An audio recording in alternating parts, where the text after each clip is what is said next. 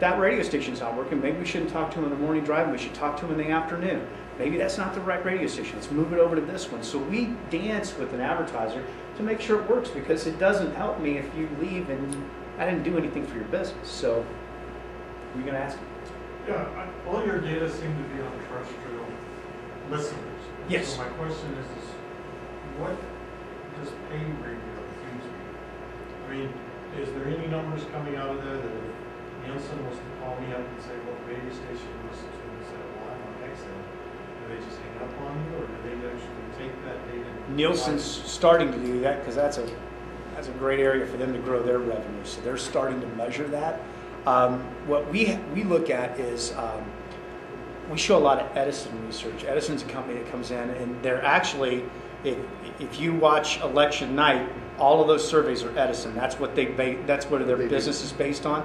But they do a great job with radio. And I just was at a seminar this weekend in Memphis, and they talked about Sirius XM, and they talked about internet radio. And one of us was chatting earlier.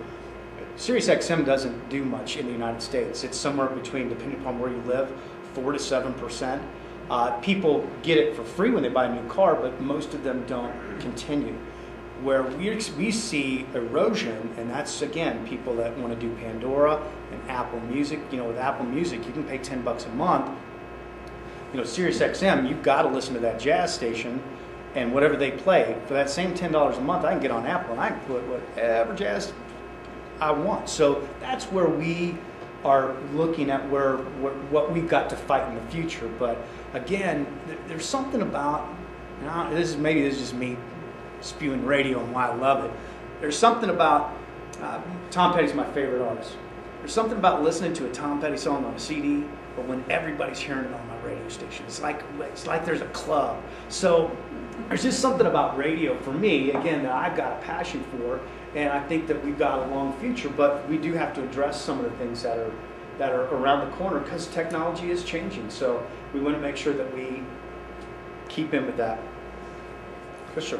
This may be a little bit of change gear outside of your expertise, but how is the FCC dorking with your signal quality affecting you? Adjacent channel on FM, subcarrier on AM.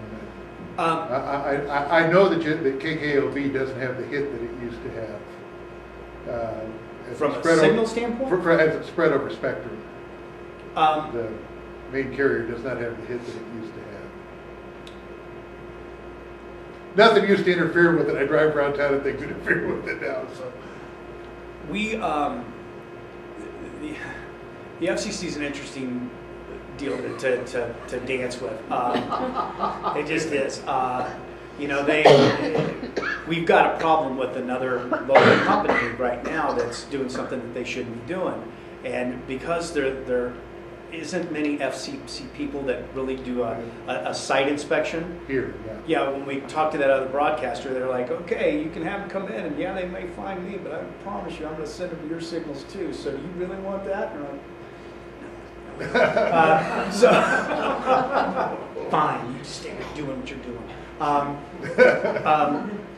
But yeah, I'll be honest with you though, I'm not really qualified to answer that. So that's really where my engineer should be in here answering that question. I don't know that to a degree, but one of the things that the FCC is addressing is AM versus FM and providing an FM counter or an outlet for AM signals. Joke about being older again. Young people just they'll punch all 7 buttons, but that AM FM button they don't punch. They don't. It's a 35 plus audience on the AM side.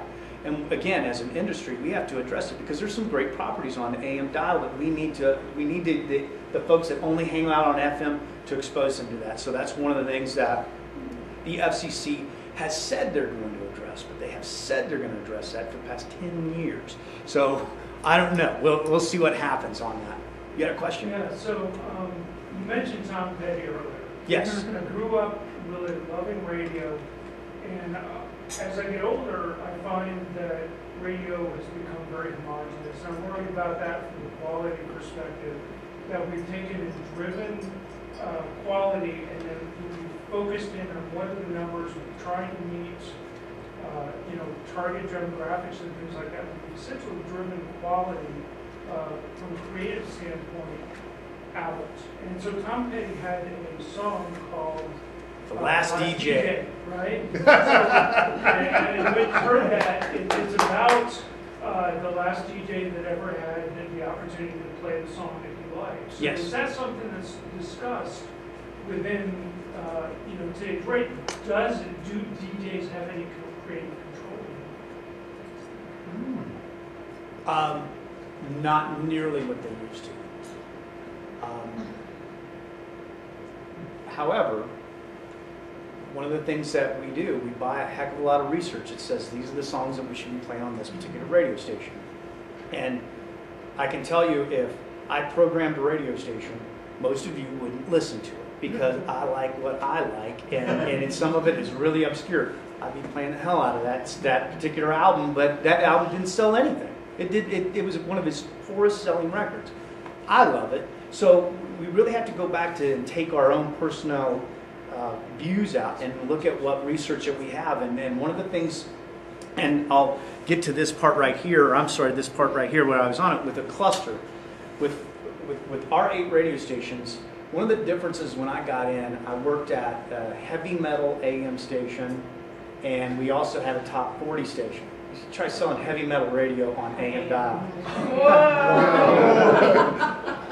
I think you would lose some of the crunch.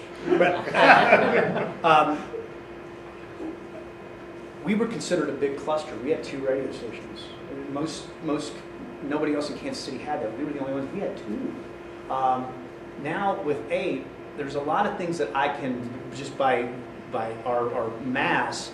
I can buy better research. With 450 radio stations, I've got a bigger power. And again, how you use that power is what we fight with. I'll be honest with you, I peek behind the curtains. Our CEO and his brother was just fired, and they started my company 3 months ago. They were fired because of the power. There was one guy that made a decision on what country records were added, what top 40 records were added. One guy. And it cost him and his brother their company. What we're seeing is a wonderful change in my company where we've got a new CEO that come in and was like, why would I tell Albuquerque, New Mexico, which country artist to play? Now, we need to look at the research and go, these are the ones, but, there's George Strait does fantastic in Albuquerque. There's an artist called Easton Corbin, and he's real close to George Strait. They would not let us add that, but we knew it was right for this town. We knew that song and that artist was great for this town. And they were like, no, you're not going to. My company's changing where I can do that now. The jock isn't picking their songs, but we've got a lot more autonomy in our company than we had even 3 months ago. And we're also doing something kind of cool. It'll come out on Crest. We used to have it on Ed, and we're going to have that probably in the next 2 months. It's called listener-driven radio.